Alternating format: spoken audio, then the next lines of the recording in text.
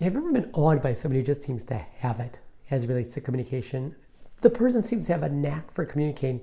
And if you've ever wanted to learn how to communicate better today, then grab a pen and paper, because we're going to show you how to do it. Here are some of the best tips to improve how you communicate today to have a successful and a thriving tomorrow. So from the third-year medical student to the department chairman, your success hinges on your ability to communicate effectively, clearly, and confidently. And while it may seem that some people just have it, I want to assure you that these individuals practice and hone this skill that you are admiring. So there's a great quote from Tony Robbins that says, "The way we communicate with others and ourselves ultimately determines the quality of our lives." So with a few straightforward and actionable steps, I can help you become an effective and a confident communicator in no time at all. So let's get started. First thing, friends, is to listen. Now, you may be wondering, how can I communicate better when the first tip is to listen? Well, you see, in today's fast-paced, high-tech world, we have devoted more time to get any message out rather than listening. I mean, really listening to one another. Genuine active listening is one of the greatest gifts you can give somebody. It's giving them the gift of time and appreciation for valuing their words. It not only builds relationships, but stronger relationships. Active listening resolves conflicts before they even arise and improves the information delivered accurately. So how do we do it? How to communicate better by listening effectively? Well, face the person and maintain eye contact. To begin, maintain the eye contact with the person you are speaking with, and under no circumstances reach or respond to your phone or your text. Also, don't interrupt and ask clarifying questions. Not quite yet. A good rule of thumb that I follow, if I want to be certain that I am actively listening, is if I am fully present and not thinking of response before the speaker finishes their thought. Remember, listen to understand, not to reply. Also, friends, don't offer solutions unless asked. One of my very good friends uses the phrase, "Are we listening or are we solving?" when her husband speaks with her about a problem or a conflict. This is an important concept to understand, as a person speaking with you may just need to vent and not look for your solutions. Wait for the person to pause and ask clarifying questions. If you need some more time, if you need some more clarification, ask after the speaker stops. We all speak and think at different rates, so the burden is on you, the listener, to relax and let the listeners finish.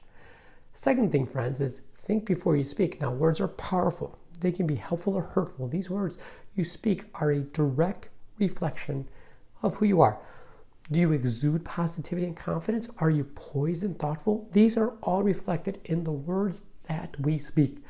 Create the habit of thinking before you speak will promote you as a confident and a thoughtful communicator. It will skyrocket your influence not only in your organization, but at home as well. So what's our pro tip for this?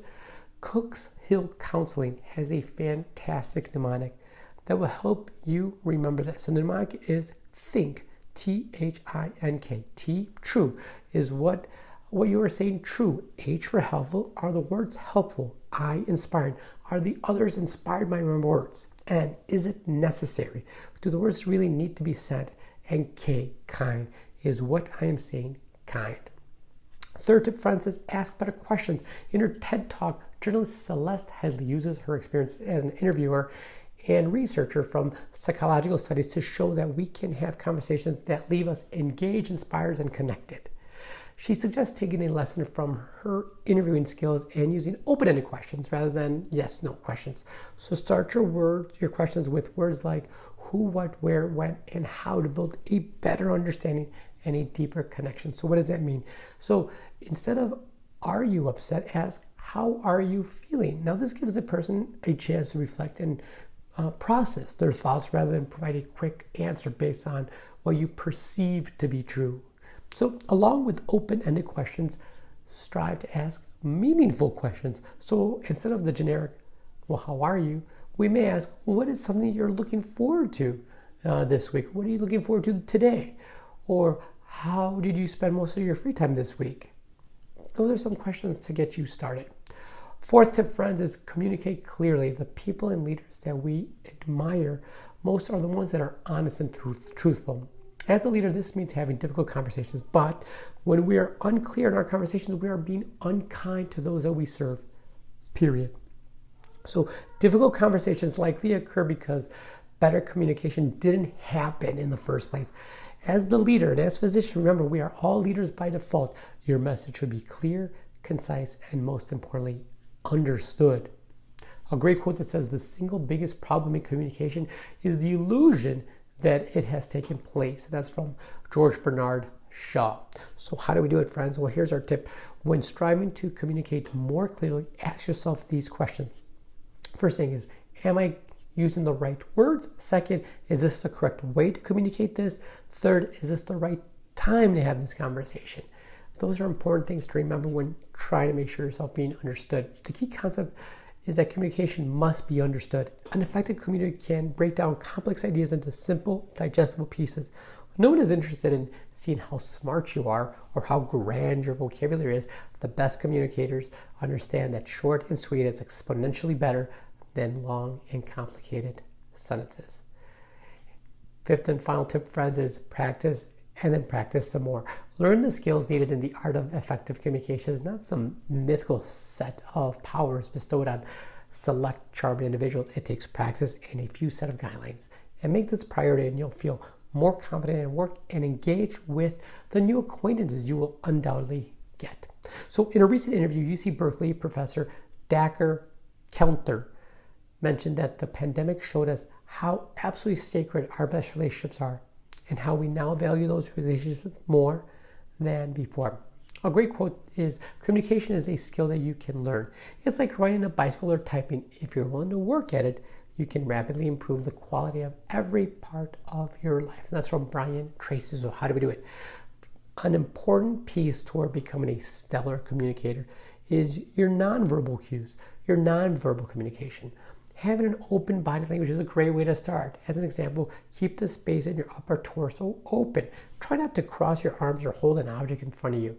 This signals to others that you are not approachable, nor you want to be engaged with others. Slow down your speech and minimize the distracting movements. Fidgeting implies nervousness and uncertainty. To communicate effectively, adopt a proper posture and fill up the space you are in. Give a big Duchenne smile. Maintain eye contact and you'll be on your way to becoming a top-notch communicator. So friends, start to communicate better today. By having more effective and meaningful conversations, we can strengthen our bonds with those we care about. We can offer value to others by listening and engaging with great care and consideration. So the value is twofold as conversations weave us together, connecting us and giving us the fulfillment that is so important to our health and our well-being. The only requirement for improvement in the art of communication and small talk is the practice. Put yourself in social situations more frequently. Accept invitations to join groups and committees where you interact with other people and of different backgrounds. Opportunities are everywhere, from the grocery store line to the next corporate meeting. If you are diligently practicing, it'll become second nature to you. So I hope you enjoyed this week's show. If you've not yet subscribed to the show, there's this little bell right here. Make sure you hit it and subscribe. And if you really found this helpful, make sure you share with 3 of your friends. Until next time, friends, be good to yourself and each other. We'll talk again soon. Bye.